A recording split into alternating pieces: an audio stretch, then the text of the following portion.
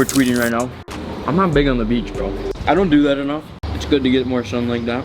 As long as we get some work done while we're here. You know, I hear all the time, oh, you're living in Miami. It looks like they're living life. Right. To a degree, like beach on a Wednesday. We're here having breakfast. We'll drive back, sit at the computer for a few hours at like 10 or 11 a.m. After we do work here, sure, we're living life, but I'm not going out partying every weekend, although I could. I don't think it's sustainable for what we want to do, because the biggest thing is the inputs and the outputs. I've talked about this before. I've talked about it on the podcast, where the inputs you put in to whatever you're doing is going to equal the outputs that your inputs equal your outputs. So if you're putting in the inputs of, I'm gonna club every weekend, you're optimizing for fun.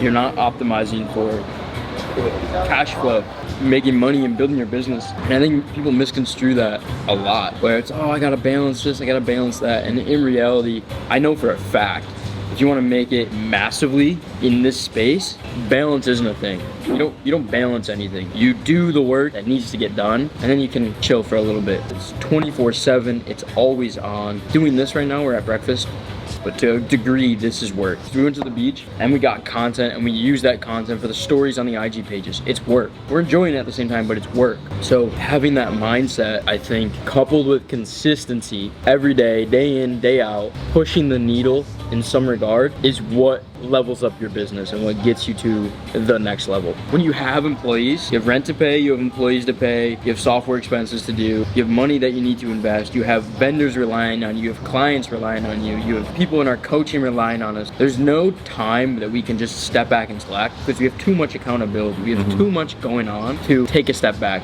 There's always something that needs to get done. And if you take one day off, it takes you 2 days to get back to where you were. I go home, not home, but like where I grew up, and it's just super slow, and you kind of just chill, and everyone's so, how you doing, and no one's like, let's get it right now. How can I get 50K right now in my bank this morning? And I think that's the big difference between here, most hometowns, and it's just a mindset game at the end of the day. Because back home, dude, like, I'm chilling at 20K a month. Here, it's different. Especially when you own a business. Look, dude, here's the thing. If I wanted to chill, it could just be me. I can make about 20 to 40K a month. No other people around us, no employees, nothing. Make 20, 40K a month with like 5 to 10K of expenses. Boom, done. I'm set for life. But I want to build a big business. I want to have a massive company. I want that. I want to be building the business. Yeah. So that's why I'm building the business. That's why I'm working so hard at it. And I think a lot of people get that misconstrued. Oh, well, you work so you can go to the beach and just chill for 4 hours. It's just not my priority. It's just not, my priority is to build a business, because that's what I want. So different people, different priorities. Overall, the message is pretty simple. It's make more money, stop being a peon. The government doesn't care about you. The government's coming for you. They're going to take everything from you eventually. They're gonna just keep printing money into the air. The dollar's worth nothing. So you need to make as much money now as possible and buy things that are valuable, like assets. Exxon.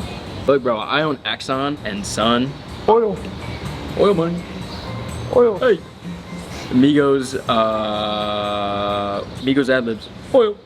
So that's the message. Stop being a peon, get money. The government hates you. LGBTQ, Pride Month doesn't matter. If you're gay, don't watch my videos, and put your head down and work. First expansion to me is like, okay, Discord group, have the like course education for people that don't get it, can't trade, boom, you buy the course. We don't sell the course on the front end. Then we offer the coaching, and the course is a downsell. Boom, that's the first initial offer. Coaching, probably about 3K to 4,800 for a year of access. And we have all the distribution. Yeah, to wrap. We could do some big numbers. I'm excited. Because the back end is really where the money's made. Yeah, you can have $97, get 20,000 people in there when everything's all said and done, paying you every month. But then the back end coaching, let's do some math. It's super easy to fulfill that too. Then we're doing times 12, like 30 mil. And that's just off the coaching. It's not even the group. Plus 2,4, plus another like 200K in course downsells, times 12. That per year. So I think those numbers are realistic after 2-ish years, especially if we can just reach scale. And we have a really good product from the get-go. We just don't let up. The trading aspect of it is really what keeps people in and is the quick sell to people, because it's the quickest way to put 97 in and get the plays to go make 1,000 back. But really the trading is the core. And I think that's a good place to start, because it's the fastest way to make cash. It decreases perceived time to achievement. Exactly. You watch Hormozy. Yeah, so there's like the dream outcome. Yeah. There's perceived value of the product, which you want to increase both of those, and then you want to decrease time delay and decrease effort and sacrifice. Ben. What's up? What up? The police boats come out of, there's like a little inlet. Oh yeah, no! Channeling the inner redhead. That's pretty much what we're getting anyway.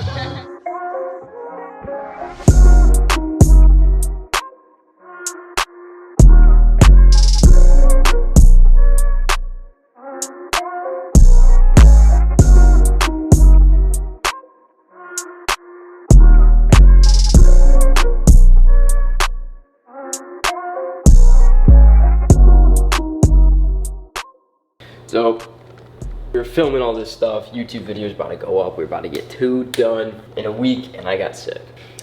Guys. The government poisoned me. They don't like the message I'm putting out. But we're back. We're doing better. Ben and I were watching back some of the clips, and I knew I needed to add something because I feel like I didn't complete the message, the breakfast, earlier in this video. I was talking about hometown versus where I'm at now and choosing to work harder and choosing not to go to the beach, etc., etc. And really that's been the sole, not focus, but the story arc that I've had personally that hasn't been shown on social media is choosing to do the hard thing over the normal thing that most people would do. Just normal mindset is what I'll call it. And if we really don't, I mean, I'm just a little PC, okay, maybe we'll just call it poor. But on this end, I mean, you could call it rich, you could call it the wealthy mindset, and I know I sound like a freaking like guru right now, but this is kind of, it's true, right? It truly is true. You go from a normal mindset to a wealthy mindset by doing this kind of stuff. And not even really doing this stuff, but I'm kind of going to just walk through the intricacies of how my mindset went from normal to here. So before, dude, honestly, I was in high school. I was watching Netflix, entertainment, all that stuff. That says entertainment, by the way. Wasting time, I think wasting time and going to like events, stuff like that. Those were 2 really big things. And then overall, you're consuming. When I say wasting time and going to events and stuff, let's say you get invited to dinner. Dude, I get invited to dinner every night. I say no about 90% of the time. Simply because, dude, I would love to go to dinner. But, and it's okay to spend the money on dinner, it's not a problem. But how late am I gonna stay out? Am I actually going to be productive at dinner? Are those 3 hours better spent on the business, doing something else, meeting new people rather than going to dinner with the same people, etc., etc.? So there's a lot at play there, but kind of start to audit your time. Do you need to spend more time with these people? Is this event worth it? Is Stacy's grandmother's husband's niece's baby shower worth it? I don't think so. You don't really need to do that. It's kind of a detachment from the societal obligations that everybody tells you to do. You really need to detach from this. So normal people are doing all this stuff. People that have like the mindset, actually people that are obsessed. I'll call this the obsessed, because really that's what I think it is. And that's what I was talking about at breakfast, where I'm just so obsessed with it.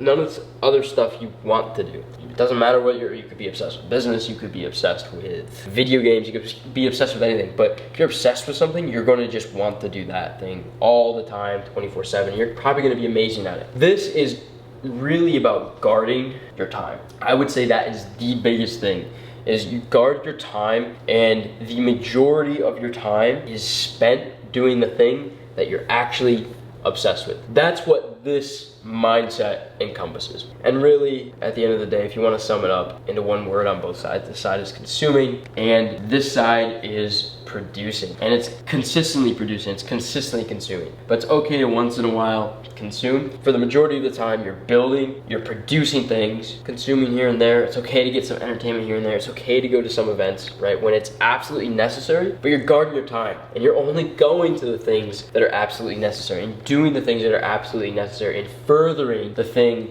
that you're obsessed with. Like I remember when I was a kid, obsessed with baseball as a kid. All I wanted to do. So imagine all I could do and all I would do is play baseball. I'd probably be pretty good at baseball, and I was, because that's all I did in my free time. But instead of going to school, I would imagine I guarded my time and just did what I was obsessed with. That's kind of the narrative here and what you should be doing, in my opinion, if you actually want to get what you want. So that's really the normal mindset to the wealthy, kind of rich mindset. And that's when I, really chose to stop being poor. I decided, it was like a conscious decision that I made to go from a normal position to a position of strength, power, wealth, etc., etc.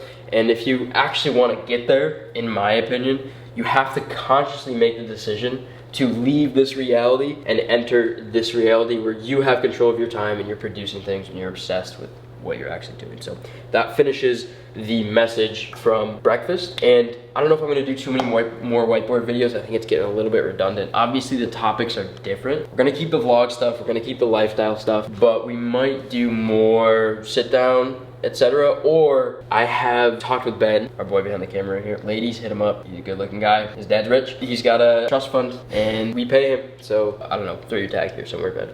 But we have decided that we're gonna film a lot more of the behind the scenes. You probably saw some of it in this video. We were planning a new business. We retitled it Scheming. That's gonna start entering a little bit more. And I think that'll give a different angle to the videos. So hopefully you guys enjoy that. Drop a comment below if you want to see something specific. I know you guys are talking about theme pages, stuff like that. I am gonna be adding a bunch of that in, and we will be talking about that, and you'll see some of the behind the scenes. So see you in the next video.